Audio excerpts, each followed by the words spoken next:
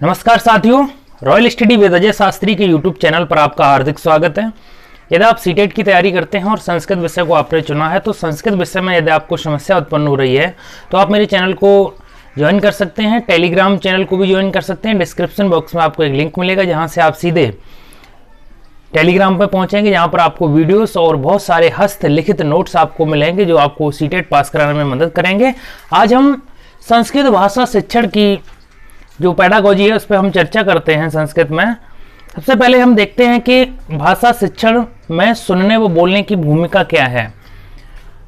तो भाषा कौशल जो है आपके चार होते हैं। सबसे पहले एक होता है श्रवणम, ठीक है, सुनना, फिर बोलना, फिर पठन और लेखन। श्रवणम भाषणम, सुनना, बोलना, पढ़ना और लिखना। श्रवणम, भाषणम, पठनम और लेखनम। तो भाषा शिक्षण में सुनने व बोलने की भूमिका क्या है कि भाषा भावों व विचारों में अभिव्यक्त करने का माध्यम है। भाषा विचारों और अभिव्यक्ति को संप्रेषित करने का एक माध्यम है। भाषा और विचारों को अभिव्यक्ति करने का एक साधन है। कई तरीके से आप समझ सकते हैं। तो प्राय छात्राणाम कृते श्रवणम भाषणम, यानी प्राय छात्र जो श्रवण करते हैं, सुनते हैं, बोलते हैं, लेखन करते हैं और पढ़ते हैं। तो ये कौशल दिए हुए आपके प्राय छात्राणाम कृते, यानी छात्र करते हैं श्रवणम सुनना, भाषणम बोलना, पठनम लेखनम, ठीक है। तो चतुर्विदेश कौशलेषु दक्षतायाम संपादन में भाषा उद्देश्यति सत्ति, अर्थात चार जो कौशल दिए हैं उनमें जो बालक दक्ष हो जाता है वह भाषा का उद्देश्य जो है उसे पूरा कर लेता है। तो भाषा को हम दो तरीके के यहाँ ग्रहण करते हैं और अभिव्यक्ति करते हैं। तो एक तो है आपका ग्रहण अवबोधन, यानी ग्रहण कौशल। जो आपका अभिबोधन शब्द है ये कहीं पे अगर आपको मिलेगा ऑप्शन में लिखा हुआ तो ये आपका 100% उत्तर सही जाएगा, क्योंकि यहाँ पे अवबोधन शब्द एक बहुत इंपोर्टेंट भूमिका रखता है संस्कृत पेडागोजी में। तो ग्रहण अवबोधन यानी ग्रहणात्मक जो कौशल है, चीजों को हम ग्रहण करते हैं वो किस तरीके से करते हैं। एक तो आप जो ग्रहण कर रहे हो अभी हमारी बात को, तो आप सुनकर कर रहे हो। और कैसे करोगे ग्रहण करना, कैसे? सुनकर और पढ़कर। तो आप पढ़ भी रहे हो बोर्ड पर और हमारी बात को सुन रहे हो, अर्थात ग्रहणात्मक कौशल है। ग्रहण का मतलब होता है ग्रहण करना अर्थात लेना। तो यहाँ पे सुनना और पढ़ना, श्रवणम और वाचनम, श्रवणम और पठनम, ये आपके ग्रहणात्मक कौशल हैं। साथ ही साथ अभिव्यक्ति वाले कौशल, अर्थात जो स्वयं किए जाते हैं अपने हृदय से। तो बोलना, बोलते कैसे? अपने खुद मन से बोलते हैं और लिखते भी हैं, ठीक है। तो बोलना का मतलब एक वाचनम होता है और भाषणम भी लिखा मिल सकता है आपको। तो और लेखनम, ये आपके अभिव्यक्ति कौशल हैं। तो आप अपने विचारों को कैसे प्रकट करते हैं? और बोल कर करते हैं और लिख कर करते हैं। इसलिए अभिव्यक्ति कौशल वाचनम और लेखनम है। श्रवण कौशल से साधनान, श्रवण कौशल के साधन कौन कौन से हैं? अब यहाँ पर बहुत सारे साधन हैं संस्कृत में, लेकिन इनका बहुत अच्छा बोलबाला है। जैसे गुरुमुखम, गुरुमुखम का मतलब क्या है? आप कैसे सुन रहे हैं? गुरु जी के मुख से, अर्थात अध्यापक के मुख से जो सुना जाता है वो श्रवण कौशल का एक साधन, प्रमुख साधन है। चूंकि संस्कृत साहित्य में या संस्कृत व्याकरण में जो पहले गुरुकुल शिक्षा प्रचलित थी उसमें गुरु का ही बोलबाला होता था और गुरु को पिता का दर्जा दिया जाता था। तो यहाँ पे क्या है कि सबसे पहले हम गुरु मुख को ही श्रवण कौशल का पहला साधन मानते हैं, क्योंकि हम संस्कृत शिक्षण पर चर्चा कर रहे हैं। और उसके बाद परिवार के जो सदस्य लोग हैं उनके बारे में बात करते हैं। परिवार के सदस्यों के मुख से हम जो भाषा सीखते हैं वो श्रवण कौशल का एक साधन है। आकाशवाणी, आकाशवाणी मतलब रेडियो वगैरह के माध्यम से जो सुनते हैं वो श्रवण कौशल के साधन कहे जाते हैं। दूरभाषी और मोबाइल, दूरभाष मतलब टेलीफोन या मोबाइल फोन, ये दोनों आते हैं, ये भी आपके श्रवण के एक साधन है। दूरदर्शनम, दूरदर्शन मतलब होता है टीवी, तो टेलीविजन भी आपका एक साधन है, श्रवण कौशल का महत्वपूर्ण साधन है, जिससे हम श्रवण माने होता है सुनना, तो ये श्रवण कौशल के साधन है। उसके बाद ध्वनि मुद्र मंत्रम, यानी कुछ ध्वनि मतलब मंत्र जो हम सुनते हैं वो भी एक साधन है। अगला है संगणक यंत्रम, अर्थात कंप्यूटर माध्यम से भी हम चीजों को सुनते हैं, ठीक है। तो ये क्या है, श्रवण कौशल के साधन है। ध्वनि विस्तारक यंत्रम, कुछ ध्वनि विस्तार करने वाले होते हैं, कन्वर्ट करने वाले होते हैं, उनसे भी हम सुनते हैं।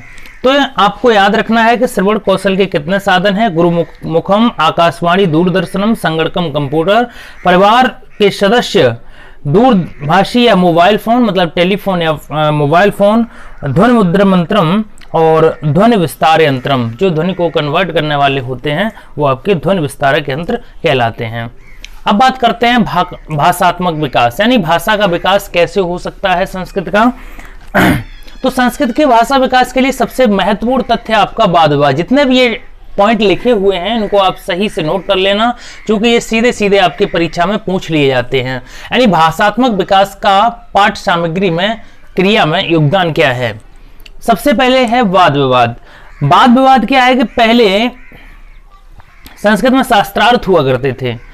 जो लोग ज्ञानी होते थे वो शास्त्रार्थ करते थे, अपने ज्ञान का विस्तार करते थे। तो वहां पे क्या होता था, वो वाद विवाद प्रतियोगिता होती थी। अब वाद विवाद क्या है कि कक्षा में वाद विवाद करवा दिया जाता है छात्रों में। जैसे किसी टॉपिक को दे दिया जाता है तो लोग अपने विचार रखते हैं, कुछ छात्र अपने विचार रखते हैं, तो ये वाद विवाद है। उसके बाद क्या है, अंताक्षरी।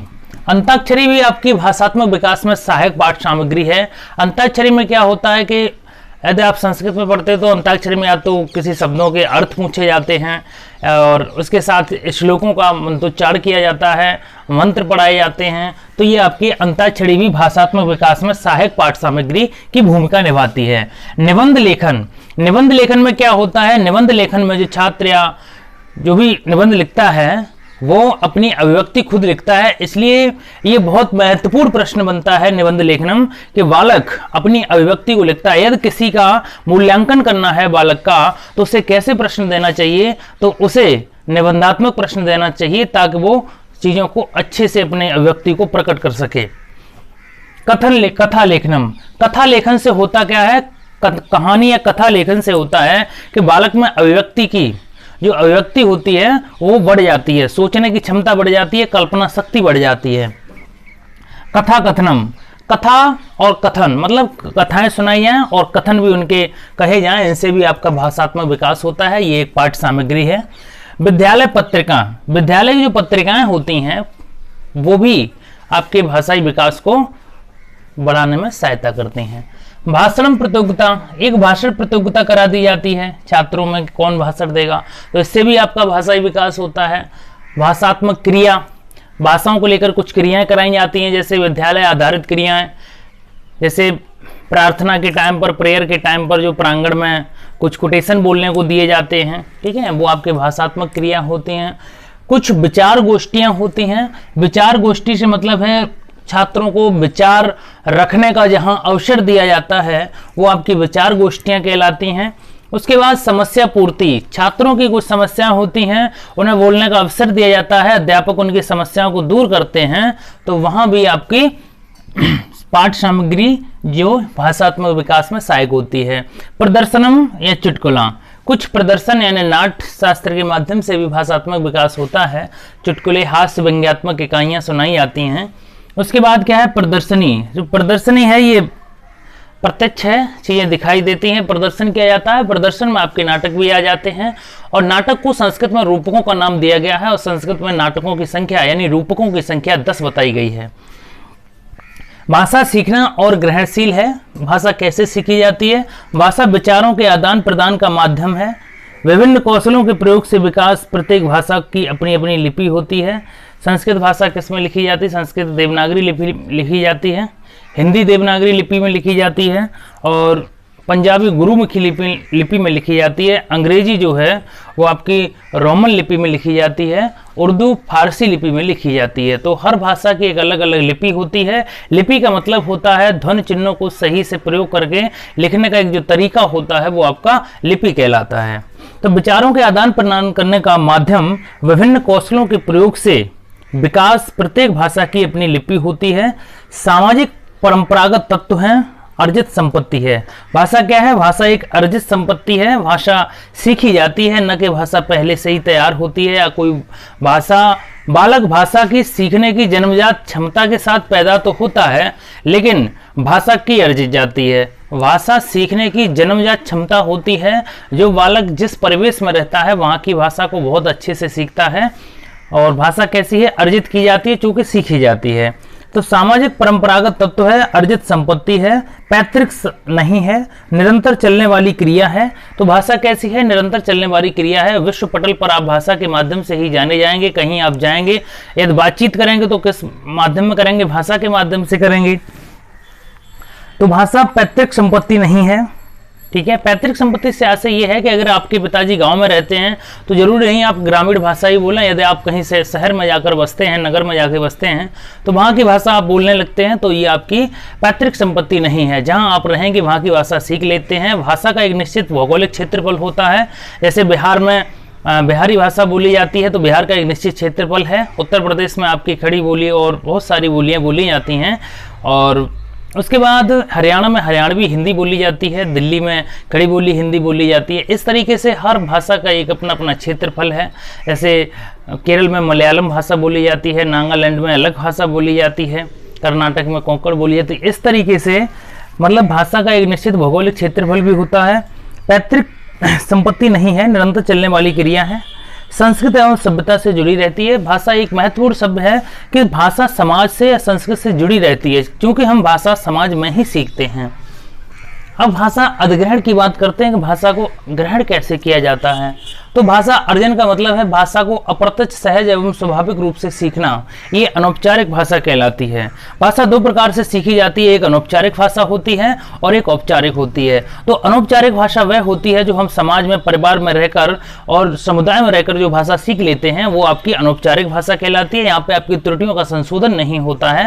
यहाँ पर सारी बातें हम जैसी समाज में बोली जाती है उन्हीं को सीधा सा ग्रहण कर लेते हैं। ये आपकी अनौपचारिक भाषा कहलाती है। भाषा अर्जन का मतलब भाषा के अप्रत्यक्ष, मतलब प्रत्यक्ष नहीं, अप्रत्यक्ष, अप्रत्यक्ष एवं सहज स्वाभाविक रूप से सीखना अनौपचारिक कहलाता है। तो अर्धचेतन अवस्था में भाषा ग्रहण, ठीक है। अर्धचेतन, अर्धचेतना मतलब क्या है कि चेतना नहीं है, और चेतना है भी तो आधी चेतना है। अर्धचेतन अवस्था में भाषा ग्रहण करना, ठीक है, ये क्या है? ये अनौपचारिक है, स्वयं अर्जित संपत्ति है, ठीक है। भाषा स्वयं सीखी जाती है, स्वयं अर्जित की जाती है भाषा।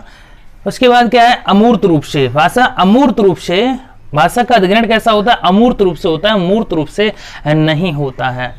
उसके बाद पुनरावृत्ति पर बल दिया जाता है। नियमों पर आधारित, नदी बच्चा स्वयं नियम बनाता है, नियमों पर आधारित नहीं है, नियमों पर आधारित नहीं होती है अनौपचारिक भाषा जो ग्रहण की जाती है।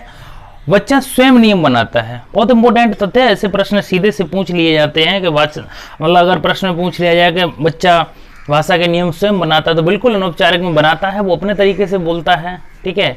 अगर कोई, जैसे नल है, एक प्रश्न आया था कि कोई बालक अगर नल को चापाकल कहता है तो ये क्या है, तो उसके मतलब उसको यहाँ बोला जाता है, ठीक है। और उसने कई चीज़ों को वो अपने तरीके से बोलने लगता है, ठीक है। छोटे बच्चे क्या हैं, पानी को पा बोलते हैं, ठीक है। इस तरीके से क्या है, वो अपने भाषा के नियम खुद बना लेते हैं।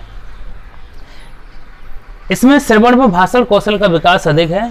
तो जो भाषा अधिग्रहण है, इसमें श्रवण और भाषण कौशल का विकास अधिक होता है।